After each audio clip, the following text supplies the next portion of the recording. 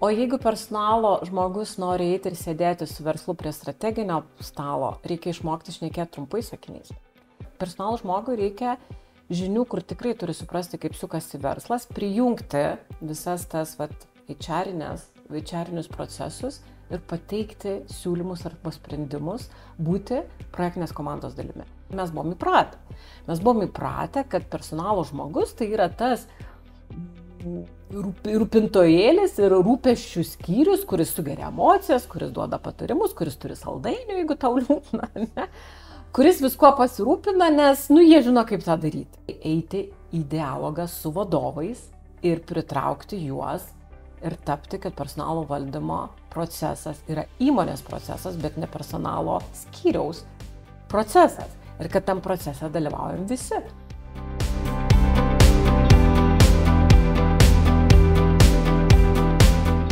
Labas, mano vardas Giedrė Vaitiekūnaitė, esu personalo valdymo paslaugas teikiančios agentūros HR Hint Online įkūrėja ir vadovė. Mano tikslas, kad Lietuvos organizacijose personalo valdymo lygis augtų, to dėka jos klestėtų ir ten dirbtų laimingi žmonės. Siekdama to jau 4 sezoną kuriu laidą Auginantis pokalbiai. Ir šie pokalbiai yra susitikimai su savo srities ekspertais, profesionalais, kurie nori dalinasi savo žiniomis ir savo patirtimi. O mes turim labai puikią galimybę įsikvėpti augimui personalo valdymo srityje, organizacijos vystymo, vadovavimo, asmenybės brandos ir sąmoningumo temose. Mūsų pokalbius kviečiu žiūrėti ir šiais metais HR Hint Online paskyrose Spotify, YouTube ir Facebook platformose. O šios laidos nebūtų be pagrindinio rėmėjo HR Hint Online, tai organizacijos, kuri teikia personalo valdymo paslaugas, personalo vadovo nuoma įmonėms, kurios neturi personalo specialistų arba stokoja kompetencijos, ir HR akademija bei HR klubas, tai yra vieta personalo specialistams augti ir vystyti savo kompetenciją.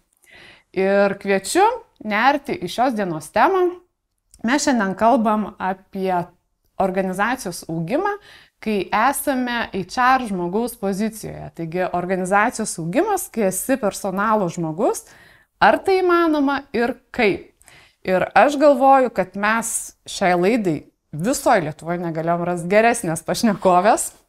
Tai yra paslaugų centro Festo Lietuva veiklos vadovė Giedrė Belazarienė. Labas, Giedrė. Labas, Giedrė. Ir kadangi aš tave puikiai pažįstu, kodėl sakau, kad negalėjom rasti puikesnės pašnekovės, nes aš kažkaip tai mačiau tą tavo kelionę, mačiau, kaip tu auginai šią organizaciją ir pati išaugai į naują poziciją, ne? Visai nesenai buvai personalo vadovė ir dabar, kas iš tikrųjų Lietuvoje dar gana reta, esi paslaugų centro veiklos vadovė. Ir tai yra jau, visiškai kitas kontekstas, visiškai kitas lygis. Ir labai bus smalsu išgirsti tą tavo kelionę, nes ne šalia to, bet prieš tai turėjai daugybę patirties ir kitose organizacijose kaip vadovė, kaip personalo vadovė, esi coacherė ir šiaip, tiek, kiek aš tave matau, drąsi, nuolatos besimokanti ir einanti pirmin. Dėkui tau labai, Giedrė, kad dalinsies, mums tikrai labai svarbu, aš galvoju, kad personalo žmonių bendruomeniai reikia įkvepiančių pavyzdžių, drąsių pavyzdžių, nes dabar, kaip sakau, aukso amžius mūsų srities specialistam, bet kaip tą padaryti. Tai nuo ko tu, Giedrė, pradėjai? Kokia tavo buvo kelionės pradžia, kad dabar tokius skanius vaisius valgai? Oi, ta mano kelionė tai buvo su kalnais ir kalneliais ir balom ir purvynais. Ir jinai nebuvo lengva. Ir aš visą laiką juokiuosi, pačioj pradžioje aš pradėjau vieno įmonėje atlikdama praktiką, tai buvo labai seniai, praktikantai tikrai nebuvo taip vertinami įmonėje kaip dabar. Ir pradėjau atsakinėdama į telefonus ir plaudama puodukus ir virdama kavą, kaip tais laikais visi praktikantai. Bet to įmonėje po 5 metų aš išėjau iš jos būdama ekonominės analizės skyriaus vadovė. Ką tai reiškia? Tai reiškia, kad kai nori, gali.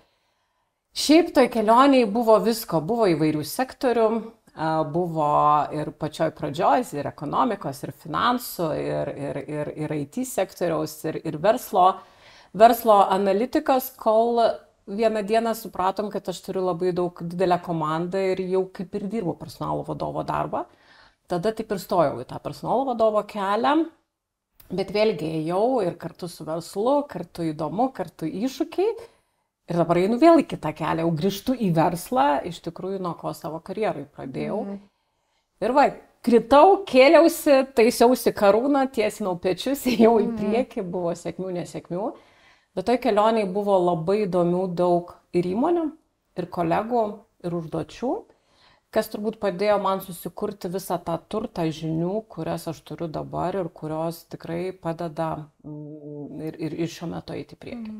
Man visą laiką labai žavu klausyti personalo vadovų, kurie atėjo iš kažkokio kito sektoriaus, ne? Nes paprastai būna tai personalo vadovai psichologai daugiau, vadybos studijas baigia, bet kai tu kalbi apie ekonomikos sritį, apie verslą, tai, tu ateini iš karto jau su tuo know-how, ko dabar norima iš personalo žmonių, analitikos, verslo supratimo, tai pas tave jau tas buvo iš karto. Taip, aš esu finansus pabaigus, mano finansinis įstatymas, bet žinai, labai daug apie verslą man padėjo suvokti darbas IT įmoniai, kur aš pradėjau nuo verslo proceso analitiko. Tai reiškia, kad tu vieną dieną domiesi, kaip statomi laivai, o kitą dieną paukštynę analizuoji, kaip inkubatoriaus šviesas jungti, o trečią dieną inkasacijos pinigų maišus skaičiuoji. Ir tai būdavo realybė tokia.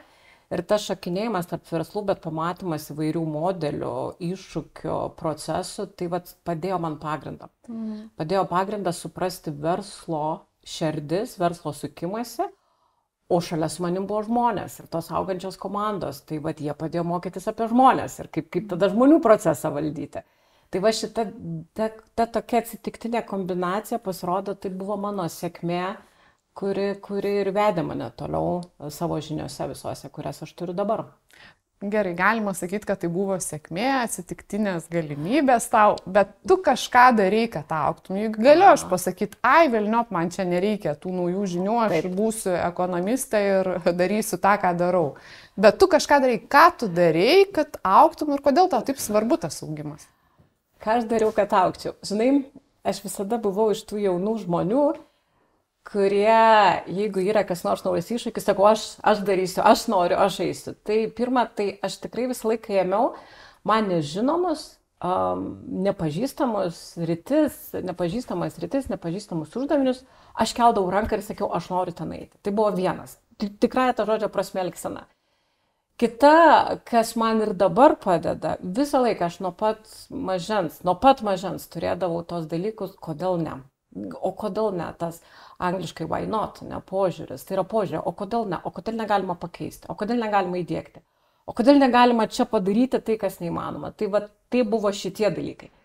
Dabar augimas, kodėl man svarbu, žinai, augimas man yra variklis ir man visada būdavo tikrai baisu žiūrėti žmonės, kurie yra sąlyginai jauni, bet jie negyvi.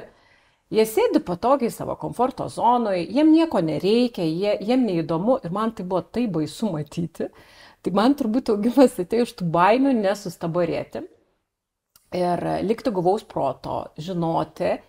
Ir man augimas, jeigu aš jo neturiu arba to noro žinoti, man tai yra tolygus sustojimui. Ne, kad mano gyvenimas baigėsi. O aš noriu gyventi ir noriu gyventi pilnavertį ir vertingą tą gyvenimą, tai todėl yra tas augimas. Ir kaip aš tai matuoju, ir aš visada sakau savo jauniesiam kolegom ir kitiem kolegom, aš augimą matuoju pagal tai, kiek sąrašas dalykų, kurių aš nežinau, ilgėja.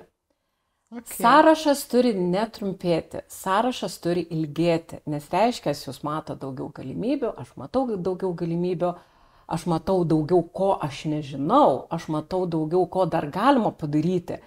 Ir tą sąrašą galima turėti užrašytą, ne, kaip metų tikslų, tai galima virtualiai, tai galima mintyse, tačiau visą laiką aš turiu tą sąrašą nuo pat pradžios ir aš jį visą laiką tikrinu.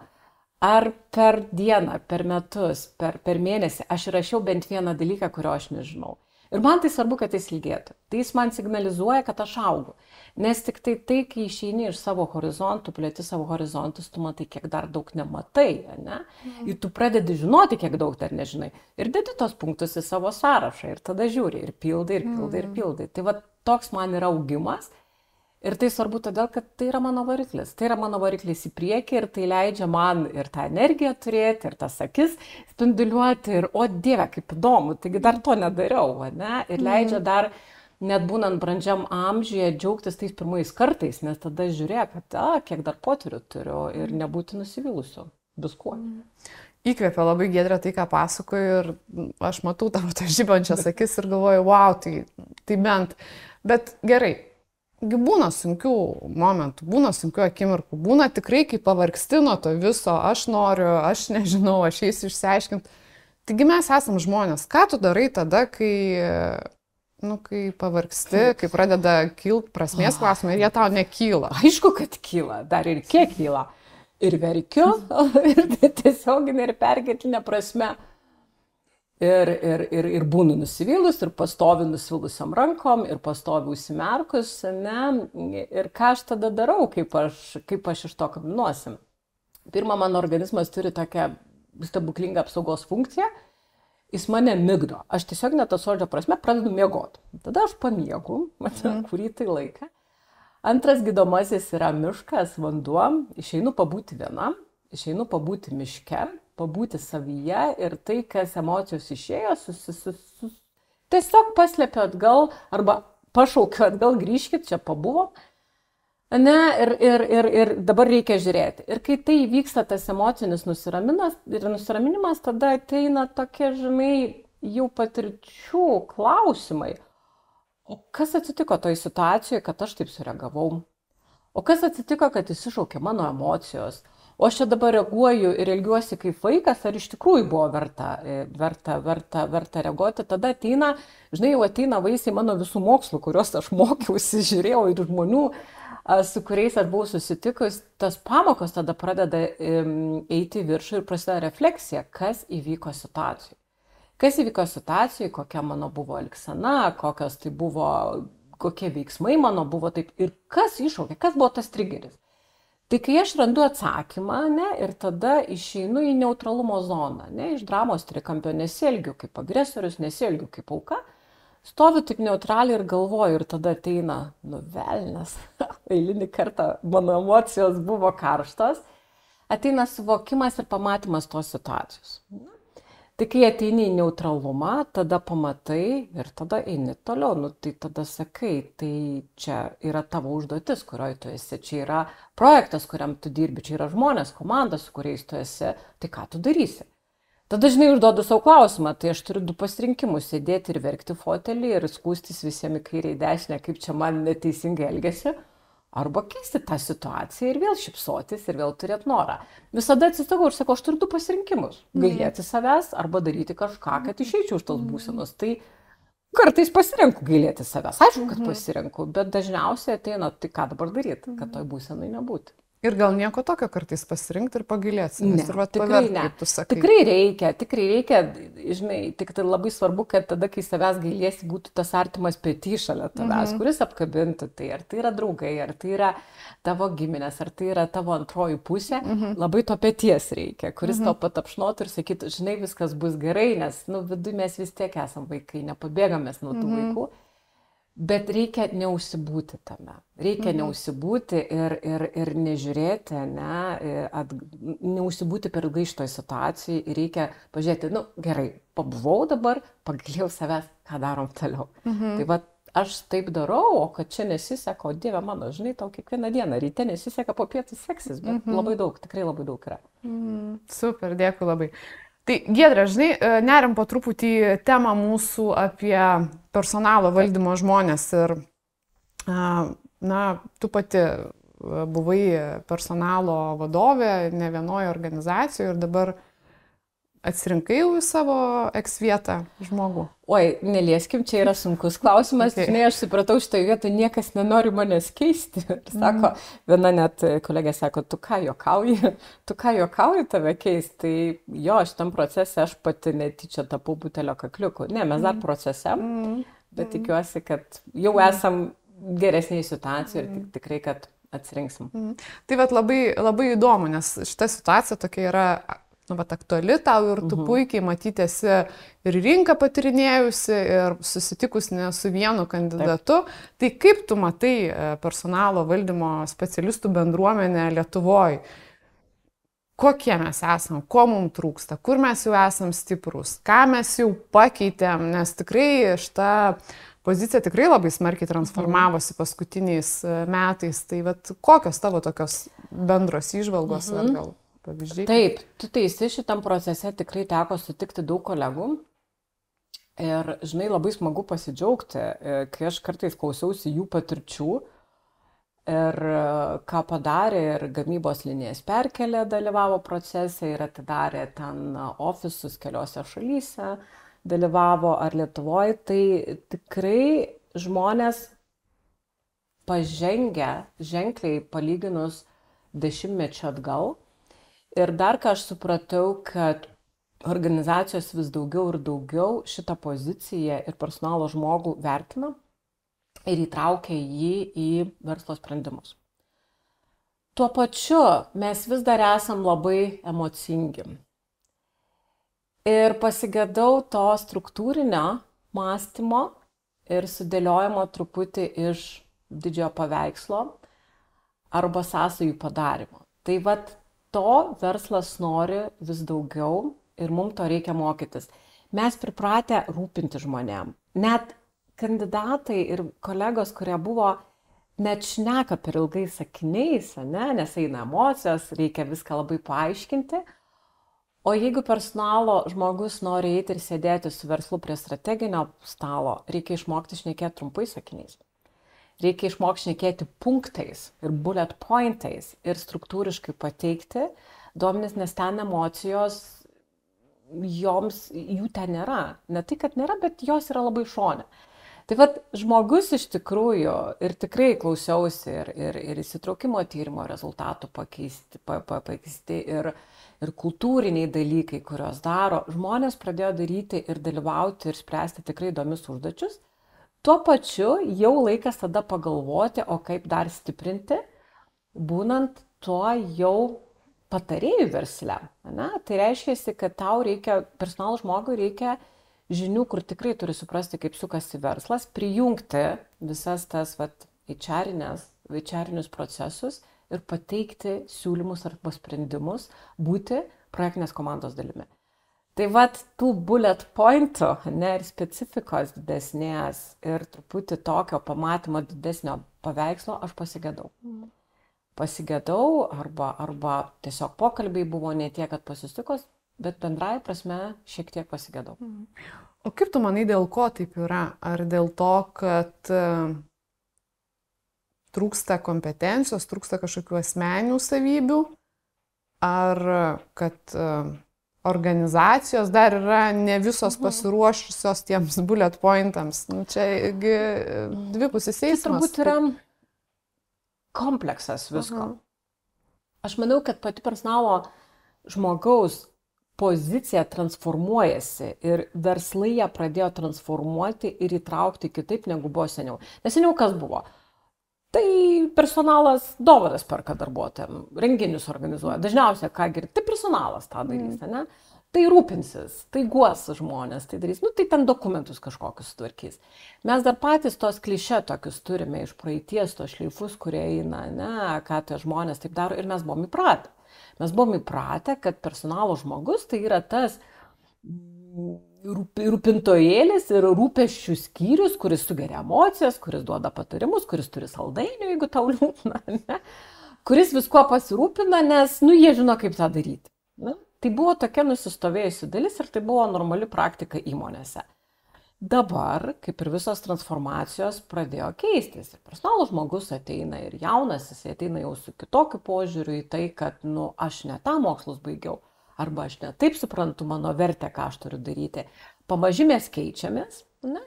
O įmonės, irgi taip greitai nesikeičia, ten irgi turi keistis vadovai, turi keistis vadovų požiūriai, turi keistis visos suinteresuotos šalis ir ta transformacija pamaži vyksta. Ir smagu, kad yra tokių įmonių kaip Festo, kaip aš papuoliau, man pirmą dieną vadovas pasakė, pamatysiu tave, pildant dokumentus atleisiu iš karto. Aš galvoju, gerai, pirmą kartą vadovas sako, nebandyk pildyti dokumentų, čia yra ne tavo darbas yra man patarti, kaip valdyti įmonę. Tai vadovai keičiasi, žmonės keičiasi, mūsų įsilavinimas keičiasi, kur einam į tą transformaciją, bet dar turbūt užtruksim. Labai įdomus, tikrai toks geras, gyvas pavyzdys, pamatysiu tave dokumentus pildant atleisiu. Taip. Bet toje transformacijoje ar nėra taip, kad mes personalo žmonės imam naujus dalykus, norim daryti, bet dar velkam ir senus turim. Tada mes norim daryti naują, vadovai sako, jo, man reikia patarėjo, bet žinai, dar ir atleista žmogų, arba dar padaryk atranką. Tai ar nėra taip, kad personalo rolė šiom dienom yra ten katastrofiškai stiplėtus ir ten vienam žmogui neįmanoma to padaryti, dėl to nesikeičia realistiškai. Tai va čia ateinam į labai įdomų momentą. Mes tikrai susidursim su išteklių klausimu. Ir kiek tas personalas kaip darinys, organizacijos struktūrinis darinys, kiek jis turi išteklių ir kiek jis turi rankų tiem dalykam daryti. Jeigu jis yra vienas, tai, žinai, tikrai labai sunku ir dokumentus pildyti ir būti strateginiu partneriu. Bet jeigu jis yra vienas ir tas ateina vadovai ir iš jo to tikisi, tai va čia atsiranda personalo žmonių kūrybiškumas ir kompetencijos, tai kaip dabar tą padaryti. Yra visokių priemonių, yra visokių būdų. Jūs ateikit su pasiūlymais, ne? Jūs ateikit, tai gal galima outsourcinti kažką tai. Gal galime turėti skaitmenizacijas, kur mums procesai sumažėja. O kaip vadovai jums gali tam procese padėti? Va čia jau ateinam į mūsų kompetencijas ir mūsų supratimą, tai kas yra tikroji problema. Bėda dar mūsų personalo žmonių, kad mes vis bijom pasakyti, tai jeigu tu nori, kad naujus dalykus daryčiau, ką daryti su senaisiais. Ir jeigu taip, vadovai sako, arba vadovai tau padeda juos spręsti, arba vadovai sako, tai tu ir tvarkykis. Tai bėda mūsų, kad mes atsisėdame pagalvom, tai kaip man dabar tvarkyti su tuo, ir mes tada darom, ir puolam, ir imam naujus, ir tada sakom, kad mums nesiseka, ir tada sakom nevertina, ir taip toliau. Vietoj to, kad sustoja ir pasakė, tai ne. Ateikit su sąrašu pas vadovą, pažymėkit, kiek jums užima kuris darbas laiko ir sakyk, mielas vadovė, aš turiu tokias pat 8 valandas, kaip ir kiti, padėk man sudėlioti prioritetus. Mes to nepadarom. Ne, va čia yra mūsų tas mąstymas toksai. Nes čia jau reikia drąsos. Čia jau reikia drąsos. Tai patikėk manim, mano įmonė, kaip aš pradėjau, mūsų pajėgumai ir ištekliai personalo valdyme buvo labai riboti. Mes turėjome labai nedaug rankų tiem dalykam daryti ir aš tada galvojau, kaip tuos uždavinius įspręsti. Vienas buvo tai, eiti į dialogą su vadovais ir pritraukti juos ir tapti, kad personalo valdymo procesas yra įmonės procesas, bet ne personalo skyriaus procesas. Ir kad tam procese dalyvaujam visi. Pavyko. Dabar vadovai nelabai nori iš to proceso išeiti, nes tiesiog radom, kaip dirb kartu ir jie atrado, kad jie prisideda prie to. Tai mes dirbam kartu, petys petin. Tai labai gerai, Giedrė, taip gražiai perėjau į kitą dalį apie tavo tuos praktinius pavyzdžius, kaip tu kūrei, padėjai kurti organizaciją, padėjai auginti. Ir tikrai, žinau, ten daugybę dalykų esi nuveikusi ir galvoju, kad mūsų auditorijai bus irgi labai smalsu išgirsti, kokius projektus įgyvendai, bet nuo pačių pradžių, nuo ko pradėjai? Pirmus metus, tai žinok, blaškiausi. Iš tikrųjų blaškiausi, bandydama suvokti visą įmonės vidinį žodyną, bandydama suvokti tai, kas šitas mūsų verslas, tai kas čia vyksta, ne? Nes tikrai papuolus įmonę išmokti tą terminų žodynėlį būna iššūkis. Nesvarbu, bet kuriam naujam žmogui. Pirmus metus tikrai buvo toksai labai blaškimasis, tai bandymas vieno daryti, tai kito, tai atsimušimas į sieną, tai pridarimas naujoko klaidų, kada puoli daryti pokytį, net neįsigilinęs, o tai kodėl mes taip veikiam, arba gal jau buvo praeitį kažkokių dalykų, neparodimas tinkamos pagarbos praeičiai ir padarytam dalykam, tai pridariau, kaip sakau, konkorėžių, prisirinkau lygioj vietoj. Darbo. Prisidariau iššūkių ir va tų momentų, tai ką aš čia veikiu, ne, tai tikrai pirmus metus buvo daug visko. Kol tų metų gale, tada tiesiog atėjo toks suvokimas, palauk. Tai pirma, jeigu aš noriu kažką pakeisti, aš turiu tiek savo, tiek su komanda HR atsakyti, tai kokia komanda mes norim būti. Tai kas mums tai yra? Mums patiems pirmiausia, kas yra tie personalo valdymo procesai ir kas yra tai HR komanda ir kokią mes ją viziją piešiam. Ir žinau, kaip šiandien atsimenu, 2017 m. gruodžio 7 d. Tai buvo komandos toksai workshopas, ne, apie viziją. Ir mes nuėjom labai gilį, kur vizija yra ne tvarka parašyti, vizija yra kažkas giliau. Kaip mes veikiam, ko mes siekiam ir kaip mes iš vis suprantam savo paskirtį organizacijoje. Iš pradžių buvo labai daug skepticizmo, ne, ir žiūrėjimo į tai, tačiau išėjom į labai gilias diskusijas, suvokimą. Ir paskutiniu momentu, kada sakėm, nu nieko, mums čia neišeina, mes užrašėm sakinį. Mes užrašėm savo vizijinį sakinį, kokią komandą norim būti. Ir tu neįsivaizduoji, koks buvo džiaugsmas. Ir tą sakinį skaitam ir negalėjom patikėti, kad po diskusijų mes turim sakinį. Mes jį užrašėm ir tuo metu tai buvo vizija 20 metų, tai nuo 17-20, bet po metų tada pamatėm, kad tas sakinys yra iš esmės mūsų sakinys, kuris padeda mums veikti. Ir tada, žinai, paskui vyko labai daug gryninimo, nes pirmą tai HR komandai atėjo suvokimas. Mes kiekvieną sakinio žodį vertėm į veiksmus. Ką tai reiškia mums? Ką tai reiškia veiksmas, kaip tai reiškia apie rezultatą, kaip mes tai suprasim, kad taip yra. Ir mes savo tikslus siejam su to sakiniu, mes savo tiek komandos tikslus, tiek individualius. Tai kai mes gavom kryptį, mes pradėjom veikti. Ne? Nes sakiniai yra žodis rezultatai. O galiu tu pasakyti tą sakinį? Galiu sakinį. Sakinys buvo toksai, kad mes esame aukštus rezultatus generuojanti komanda, kuri atliepia klientų lūkesčius ir juos pranoksta. Net taip, ne organizacijos, iš komanda, o klientų. Klientų, taip. Ir va čia tada prasidėjo toliau. Kas yra aukštas rezultatas? Kas yra komanda? Kas yra atliepti lūkesčius? Kas yra mūsų klientas? Kiek mes žinom klientų poreikių? Ne? Kas yra klientų lūkesčiai mum? O kas yra pranokimas lūkesčio? Kiekvieną žodį mes vertėm į veiksmą ir atsakymą. Ar mes žinom? Ar mes žinom? Ar mes žinom? Ir tada prasidėjo tie stebuklingi dalykai, ne, organizacijos keitimas, nes pirmą pradėjome keisti save ir savo komandos suvokimą. Tada iš to sakinio ir iš to žiūrėjimo irgi, dabar net labai smagu atsiversti tą medžiagą, tų 17 metų, 18 metų ir palyginti, apie ką mes šnekam 23, nes mes tą sakinį jį turim visą laiką, ne, jis yra su mumis. Ir tada atėjo toksai, kad mes išsigryninom, kad yra lygmuo santykiai. Mes turim susikurti santykius. Ir vienas lygmuo tai yra mano su managemento komanda, komandos su tielu arba vadovų komanda, darbuotojai santykis yra, kuriam santykis. Buvo dar toksai įrašytas labai vienas, kad kas mums bus rezultatas ar požiūris ir tai mes pasakėm, kad mes turim dirbti taip, kad jiems mūsų reikėtų labiau negu mums jų. Ir tai buvo dar vienas magiškas sakinys ir pats toksai pagrindas filosofinis, nes ką tai reiškia? Tai reiškia greitį, tai reiškia kokybę, tai reiškia tavo žinias, tai reiškia, kad kai jie į tave kreipiasi, tu turi pasiūlymą, tu turi problemos sprendimą, tai reiškia tavo augimą. Ir buvo labai įdomu žiūrėti, kaip mes dabar erzinam savo kolegas, kurie prieš to 6-7 metus į mumis žiūrėjo labai skeptiškai. Mes juos erzinam, kad gal norit grįžti, kaip dirbo ir toksai, tai tapo jau tokia, žinai, folkloras, ne, toksai įdomus prisiminimai. Tačiau tie sakiniai, ne, paprastas sakinys, ranka plauna, tai buvo irgi mūsų rezultato sakinys. Kada tai reiškia santyki, aš einu tau padėti, bet kai reikės, tu man padėsi.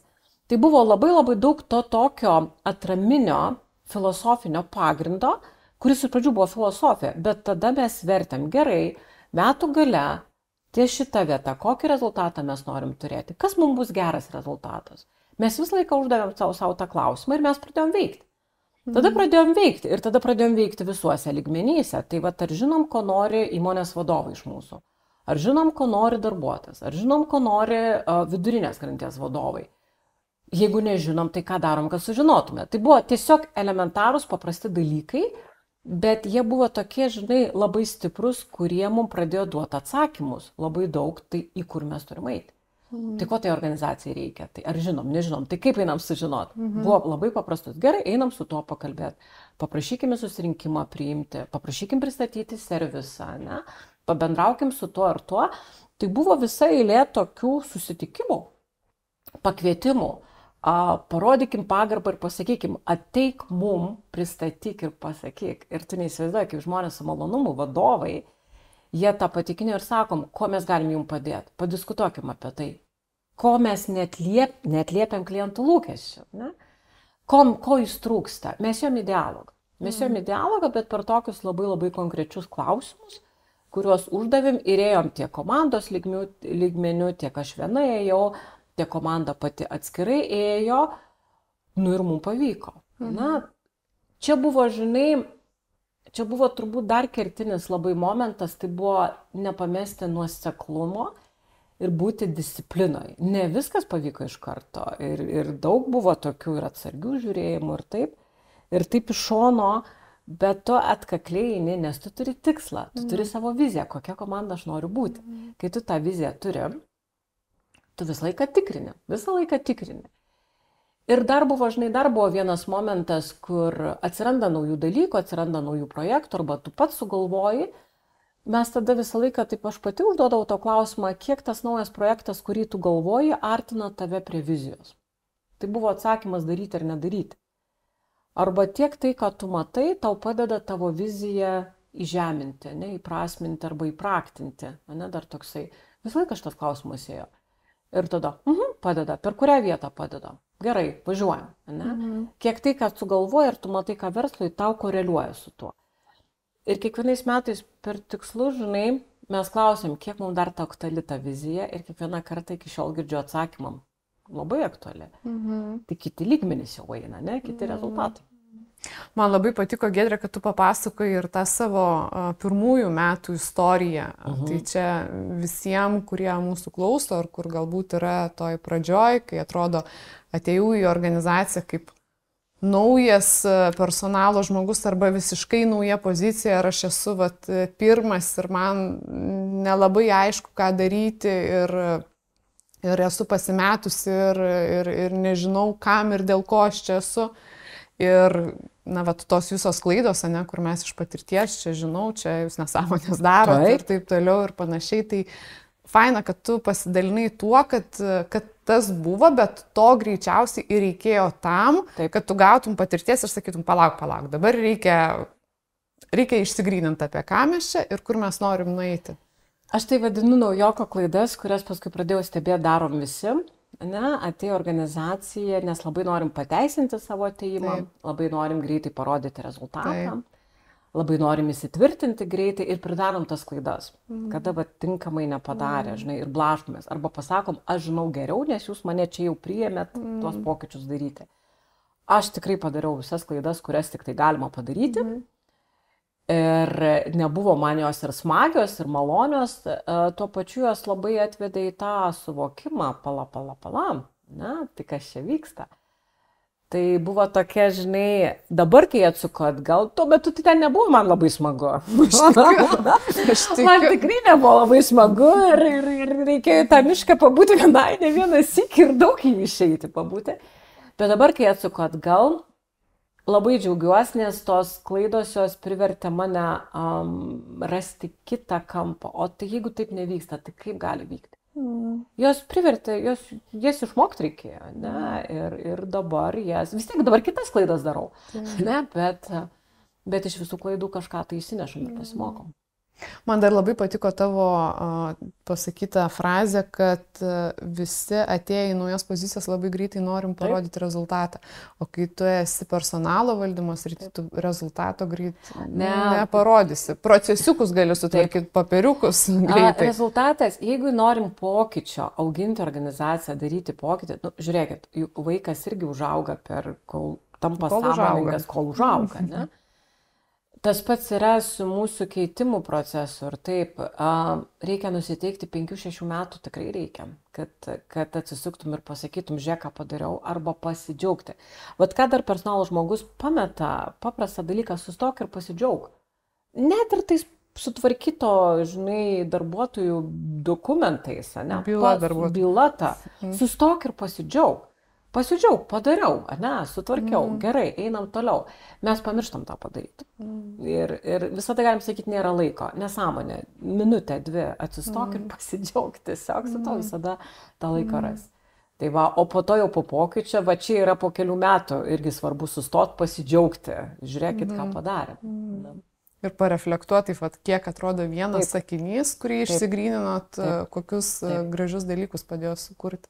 Taip, tikrai taip. O Giedrė, jeigu padetalizuotum truputį, nes žinau, kad kiekvienas, kuris klauso ir klausys,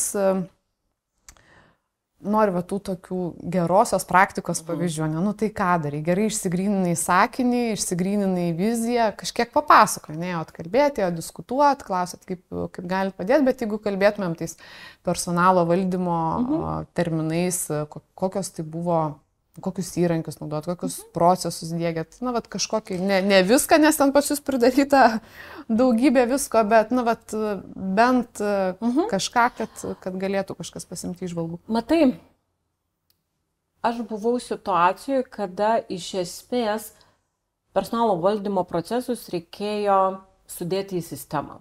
Jie vyko, be abejo įvyko. Tačiau jie vyko taip labai iš eigos, reikia, darom. Ir kas kaip moka, tas taip darom. Kas kaip moka, tas taip darom. Ir ten vienas vadovas daro vienaip, kitas vadovas daro kitaip. Ir mes pradėjom nuo pačių pradžių. Pagrindinis procesas, kaip tvarkomi dokumentai ir kaip atrenkami žmonės.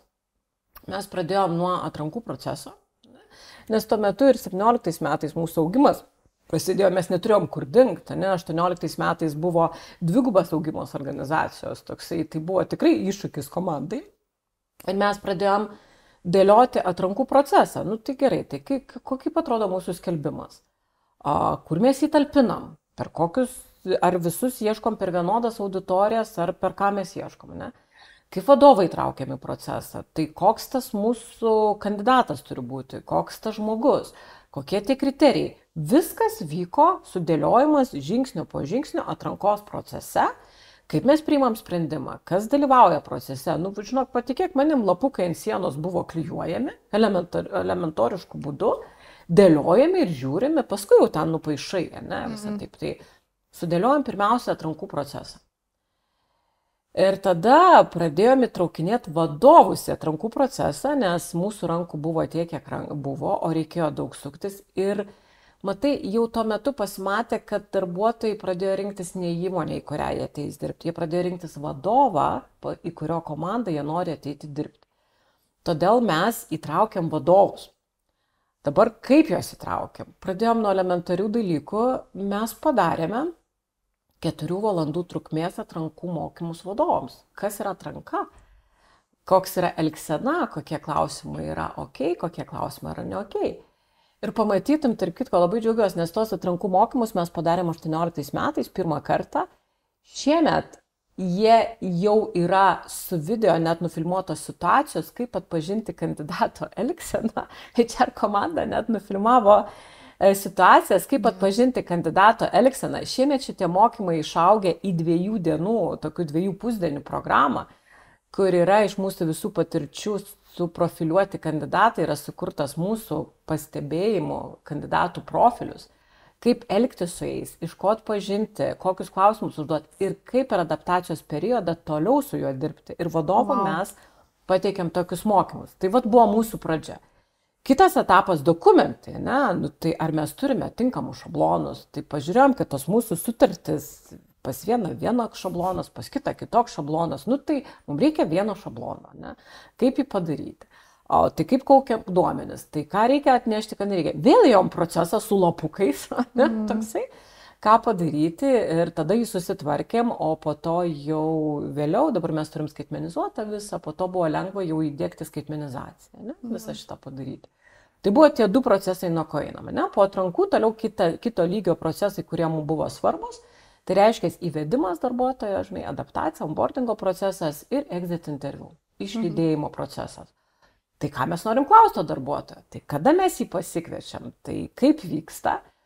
Ir tada atsimenu exit procese, irgi variacijų visokiausių, tai kokius klausimus jūs turi atsakyti, ką mes tais klausimais darom. Žinau, ten buvo toks vienas labai momentas, kada, žinai, per exito procesą yra labai daug emocijų, ypač dar jeigu darbuotojas išeina piktas ant įmonės. Ir aš tada sukau galvą, kaip dabar ką su tom emocijom daryti. Ir mes tada nusprendėm, kad emocijas reikia paversti skaičiais ir veiksniais.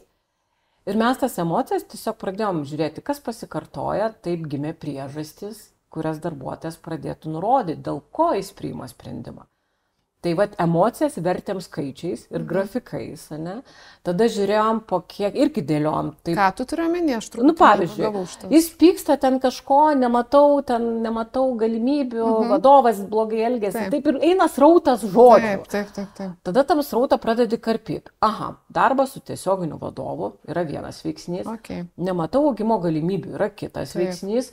Darbo turinys, trečias veiksnys. Įrankiai netinkami, ketvirtas veiksnys, mes taip iš emocijų srauto išėmėm veiksnius. Ir tada atsirado sąrašas, kur prašom, pažymėkite 5 svarbiausius, kas lėmė jūsų sprendimą išeiti, ne iš įmonės. Va taip atsirado statistikos, kurias mes galėjom analizuoti, ne? Tada ką darėm su tom statistikom, nes emocijų srautas pasiliko, mes komentarus palikom. Ir atsimenu vieną labai tokį įdomų projektą, kuris gimė. Kadangi aš kiekvienas ataskaitas žiūrėdavau ir man vienos skyriaus, žinai, kaip būna toks žodis kartojasi, aš paėmiau pusės metų išėjimo statistikas ir sudėjau komentarus, tiesiog tos emocijos, sudėjau vieną stulpelį ir išryškinau tą žodį. Ir tas žodis buvo mokymai, tai buvo įvedimo procesas. Pasikviečiau tos skyriaus kolegas, vadovus ir sakau, žiūrėkit, viskas tvarkoja, tačiau jūsų mokymo procese kažkas yra negerai. Ir aš atidarau jiem tą lentelę, nes ten ir kaita tuo metu buvo didelė. Aš atidarau lentelę ir kiekvienas exit interview turi žodį mokymas. Mokymai. Ir tos bold padariau, ne? Mes sakom, tikrai reikia kažką žiūrėti. Ir mes tada tą užsukom procesą, jie pakeitė mokymų procesą, įvedimą. Va čia keitimas organizacijos, ne? Ir čia indėlis į HR žmogaus. Taip, HR žmogaus indėlis, nes buvo, matau kažkas, nes jie, kai gauna po vieną ataskaitą, jie nemato, sąsajų padarimas. Sudėjom į vieną, žiūrėkit, su mokymų procesu yra negerai. Ir jie pakeitė įvedimo, nes ten technikos daug, ne? Jie pakeitė, dingo šitas žodis iš exit interview. Ir beje, tam skyriui, kai aš prisijungiau, kaita kai kuriuose komandose buvo 80-90%. Wow. Ir bendroji kaita to departamento buvo apie 55%. Mes sugebėjom. Tada aš atėjau, žiūrėkit, kažkas negerai pas jūs. Žiūrim. Čia mano vienas iš pirmųjų įdomesnių tokių organizacijos keitimo projektų buvo, kada kaita nebuvo skaičiuojama, aš ją tiesiog pradėjau skaičiuoti. Žiūrėti ir tada atėjau pas tas skyriaus vadovus, sakau, kažkas negerai, nes aš jau matau 2 metus pas jūs padidėjusią kaitą. Ir tada gimė labai įdomus projektas, nes jie skaičiavo iš savo pusės, aš pažiūrėjau, kada yra išėjimo lūžio taškai, kada daugiausiai išeina žmonių per 12 mėnesių. Pamatėm, kad ties 3, ties 6, ties 9 mėnesiais. Ir sakau, kas ten vyksta. Aš atėjau su savo duomenim. Jie atėjo su savo procesais ir mes sukūrėm sistemą ir mes sugebėjom tą kaitą stabilizuoti iki priimtamo lygio ir jinai dabar yra normos ribose, kas ir yra šitam sektoriui. Tai buvo dar HR įtaka, žiūrėkit, kažkas ten negerai. Wow. Na, aš turiu dabar paruošusi klausimą, į kurį tu jau praktiškai atsakai, bet visgi dar paklausiu. Darant pokyčius ir auginant organizaciją, tikrai buvo pasipriešinimas ne tik iš visos organizacijos, bet konkrečiai iš vadovų. Taip. kuriem reikėjo pradėti dabar kažką daryti, atranką daryti taip, kaip jūs pasakėt, daryti kažką su mokymais, daryti darbą, kažkokias atsakomybės prisimti procesuose, nes juk vadovai yra atsakingi už savo komandas. Tai kaip tu su tuo dirbai, ką darei, kaip vadovus įkalbėjai patikėti tavimi ir daryti darbą už personalo skyrių? Čia turbūt darbą. Čia turbūt buvo, vienas tai buvo, kad aš turėjau įgalinimą veikti. Tai čia jau buvo įmonės vadovo atsakomybė mane įgalinti veikti. Bet jo neužteko. Tai kas, kad pasakė, kad jinai turi galiojimus veikti, arba kad jūs turit su jie dirbti. Tai to neužteko. Aš jau minėjau, tai pirma tai buvo santykio kūrimas. Pakviest kavos, pakviest pietų, pradėti domėtis veiklam vieną kartą, kitą kartą. Ne? Pradėti eiti ir, žinai, procesas nesustoja, tas vadovas tą iššūkį vis tiek turi ir su žmonėm dažniausiai tų problemų kyla, ne, iššūkių tam tikrų darbe. Tas vadovas neišvengiamai turi ateiti pas tave, nes jau dabar yra dedikuotas asmuo ir jis ateina su tais iššūkiais ir va čia yra labai svarbu tavo kompetencija, reakcija, emocija, veikimas, kai tas vadovas ateina su iššūkiu pas tave, ką tu darai. Tai, žinai, turbūt vėl sakysiu, man pasisekė, tų iššūkių daug buvo ir tie vadovai turėjo ateiti, bet to neužtenka. Tu turėjai parodyti, kad tu supranti, va čia aš sakiau, kompetencija tavo svarbu, kad tu supranti apie ką tai ir tu gali pasiūlyti, kaip spręsti. Padėti jam kartu, nes, jam ta situacija nesmagi, nemaloniai, jis nežino, ką daryti, ten daug emocijų. Ir tu ateini kaip trečia šalis, arba iš jo net perimi sprendimą situacijos, arba jam padedi susidėlioti. Va taip gimė santykis. Ir, žinai, vadovai tikrina visada, ar tu būsi specialistas, ar tu būsi jau patyręs ekspertas, ar tu būsi vadovas, ar kažkas, jie tikrina tavo kompetenciją. Ir jeigu jie jaučiasi, kad tu už juos žinai daugiau, negu jie bendrosios kompetencijos, jie pradeda tavim tikėti. Tai va čia grįžtu į tai, ką sakiau, augimas, tavo žinios, kiek tavo dalykai auga, ne, ko tu nežinai. Ir jeigu tu ateini ir tu jiem turi atsakymą ir jie jaučias, kad jie to nežinojo, jie pradeda tave gerbti. Va taip atsirado, žinai, toksai, nes reikėjo imti tas žinias. Tai daug čia toksai buvo kompleksinis dalykas ir taip išėjom. Taip išėjom į tą susikalbėjimą. Na. O be to mes šita pozicija buvo prie verslo bendro stalo ir tai yra uždaviniai, norim ar nenorim, mes turim eiti dirbti kartu. Aš atsimenu net su viena kolegė, mes pietus valgėm ir šypsenos tokios buvo per sukastus dantis, ne? Nes buvo gana aštrus mūsų susitikimai, bet mes ėjom į juos. Nes reikėjo padaryti ir po to visas tas santykis jisai įsirutuliojo į bendradarbiaujantį santykį. Visko buvo, nes aš tokia nesu labai tylinti, rami ir nusileidžianti. Kartais tai yra gerai, kartais tai yra lygioje vietoje konfliktai, ne? Bet pavyko. Giedre, man buvo be galo gera klausytis ir tavo pavyzdžių, aš galvoju, mes per šį pokalbį pakėlėm personalo valdymo žmonių reikšmę, tai jau tikrai, kad parodėm, kiek daug paprastose dalykuose slypi vertingų sprendimų, kuriuos gali padaryti dėl organizacijos, dėl vadovų ir man labai patiko, tu kalbėjai apie procesus, aš visiškai irgi sutinku, kad turi būti tvarka, turi būti aiškumas, kaip darom, ką darom, dėl ko darom, kur tai mus nuves, tas santykio kūrimas, verslo supratimas, procesų suvokimas, tai tikrai, tavo pavyzdys yra tas, kuris tikrai, manau, įkvėps ne vieną mūsų klausytoją. Bet pabaigai, jeigu reikėtų duoti patarimą jaunam personalo valdymo specialistui, kuris tik tai po universiteto keliauja į pirmą savo darbą, ką tu patartum, nežinau, ką skaityt, kur dalyvaut, kaip dalyvaut, ką daryt, kad jisai kažkada galėtų atsisėsti ant tokio foteliuko panašioje laidoje. Aš tikrai nepatarsiu, kur dalyvauti, ką skaityti ir ką daryti. Čia yra mūsų kiekvienas kelias, ne? Ir mes tą darom vienodai, skirtingai, ne vienodai, skirtingai. Vieni daro vienaip, kiti kitaip. Ką aš patarčiau, iš esmės turbūt yra mano, vat galvoju, kai tu manęs klausai, kokį tu patarimą esi gavus geriausia, ne? Aš turbūt esu gavus ne patarimus. Patarimų mums niekas neduoda. Mums duoda tokius spyrius į vieną vietą, ne? Kurie virsta patarimais.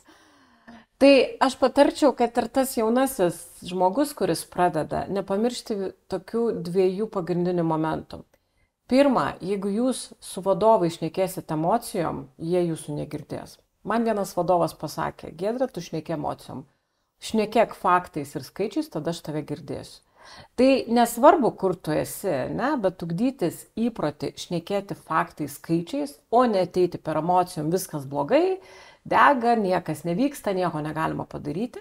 Ateiti per tai, kad vardinant nieko negalima padaryti, bet prie aplinkybių, kuriuose veikiam, ką galim geriausio padaryti. Tai yra vienas momentas. O kitas momentas, kuris mane irgi labai yra gerai atvesinęs ir atitraukęs į tavo poziciją, kada gana sunkioj situacijai, tai buvo daug emocijų. Ir mano vadovas truputį piktelėjęs pasakė, kad tu šitoj pozicijoje esi, kad problemas spręstum, o ne jas kurtum. Wow. Ir čia man buvo, žinok, čia buvo nesvarbu, bet tai buvo mano toks lūžis, mano suvokime apie kodėl aš tą darbą darau, arba kaip tame darbe būti sėkmingu. Ir aš šitą pasėmiau dabar bet kurią poziciją, kad tu esi, kad problemas spręstum, o ne jas kurtum. Tai vat aš patarčiau irgi žiūrėti, ne, emocijas paversti skaičiais ir faktais ir spręsti problemas, o ne jas kurti.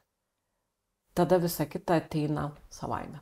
Giedre, jeigu reikėtų rekomenduoti knygą mūsų auditorijai, iš kurios jinai galėtų mokytis, įsikvėpti, būti tokia, kokia tu esi, ką tu rekomenduotum jiem? Žinai, čia skambės, toksai gal keistai nuskambės, aš mažai skaitau vadybinių knygų. Aš mokiausi iš žmonių patirčių, be abejo, video straipsnių, tačiau tas tokias grynas vadybinės aš jų perskaičius netiek jau ir daug. Ką norėčiau rekomenduoti, tai 2 knygas, na, personalo žmonėm. Viena knyga tai Sun Tzu Karo menas. Joje yra tikrai plėtimas apie tai, kaip kurti strategijas ar kaip dėlioti. Tačiau labiausiai toj knygoje man patinka viena istorija aprašyta apie imperatoriaus sugulovės. Ir aš tą istoriją visada taikau, kada manęs klausia, kada atleisti žmogų. Vat paskaitykit šitą vietą. Ten yra istorija apie tai, kada priimti sprendimą dėl žmogaus atleidimo. Geras. Na? Tai vat, apie karo drausmės įstatymą. Tai vat ta knyga. O kita knyga, žinai, kuri man atnešė profesinį tokį irgi augimą, Jeffrio Archerio Cliftono kronikos. Tai yra 7 knygos, tai yra drama, tai yra apie šeimą. Ir ten yra 2 momentai. Pirma, tai, kad situacijos ne visada yra tokios, kokios mums jos atrodo. Ir vat labai gražiai tą atspindi pirmoji knyga. Ir HR-as tikrai šitą turi, kad ne visada viskas yra taip, kaip mums atrodo. Ir mes turime turėti pilną informaciją, kad vaizdą sudarytume. O kitas momentas toje knygoje yra, kada jaunasis veikėjas dirbo kartu su jau į pensiją išeinančiu bankininku ir jis įmokė. Ir jis mokė ir tas vat klausimas, kurį jam užduodavo, ką pasimokė iš šito susitikimo arba ką pasimokė iš šitos dienos. Tai vat šitos klausimus aš pasiėmiau ir jis yra su manim kiekvieną dieną. Kartais tai yra permąstymas, o kartais yra net ir užrašymas, ką pasimokė iš šito susitikimo, ką pasimokė iš šitos dienos. Tai vat tas 2 knygas tikrai rekomenduoju paskaityti. Super, dėkui, aš nei vienos neskaičiau, tai pasiėmu į savo knygų sąrašą norimų perskaityti, nes aš vadybos knygų, žinok, irgi mažai skaitau. Bet tai nereiškia, kad mes neturime žinių arba kompetencijų atlikti tos dalykus, kuriuos mes galime atlikti.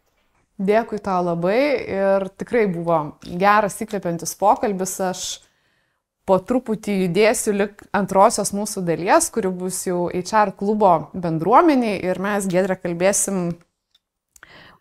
Aš norėsiu dar paklausti daugiau detalių, daugiau tos gerosios praktikos pavyzdžių apie tai, kaip identifikuoti, kokio pokyčio reikia organizacijai, kaip ateiti su pasiūlymu vadovui, kaip kurti ryšį, kokios paramos tikėtis iš organizacijos, tai mes pasikalbėsime apie tai dar atskirai. Ir prieš tai aš tau noriu duoti dovaną, tai yra Esu Design specialiai auginantiems pokalbiams sukurtas knygos dėklas. Tai aš tikiuosi, kad tau jis bus labai naudingas ir vertingas. Ačiū tau, Giedrė, labai. Ir labai smagu, kad tai darai, tai ką tu darai. Ačiū tau. Dėkui tau, Giedrė. Ir dėkui visiems, kas klausėt, iki kito karto. Viso.